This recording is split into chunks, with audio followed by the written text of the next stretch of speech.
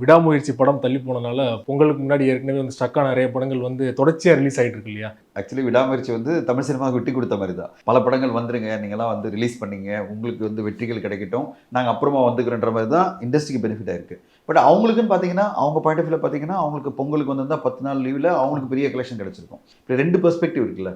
But உண்மை என்ன, இப்போ என்ன நடந்தது, உண்மைன்றதை விட நடந்த நிகழ்வு என்னன்னு பார்த்தீங்கன்னா, அவங்களால அந்த தேதிக்குள்ள வர முடியல. பல காரணங்கள் நிறைய ஊடகங்களில் பேசிகிட்டே இருக்காங்க.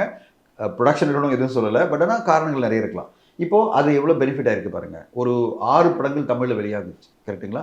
அந்த 6 படங்களுக்கும் இல்லைன்னா பொங்கலுக்கு 2 படம் தான் வந்திருக்கும். அப்போ இன்னொரு 4 படம் கியூவில் கிளியர் ஆயிடுச்சு, ஓகேங்களா? இல்லைனா அந்த படங்கள் அடுத்து ட்ரை பண்ணிகிட்டே இருப்பாங்க எந்த டேட்டில் வரணும்னு சொல்லிட்டு. ஸோ ஒரு 6 படங்கள் வெளியாயிடுச்சு.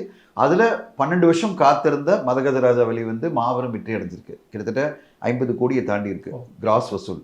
இப்போதைக்கு எஸ்டிமேட்டாக ஒரு 50 கோடி தாண்டி இருக்குன்னு சொல்கிறாங்க. இன்னும் அந்த படம் வசூல் சாதனை பண்ணும்.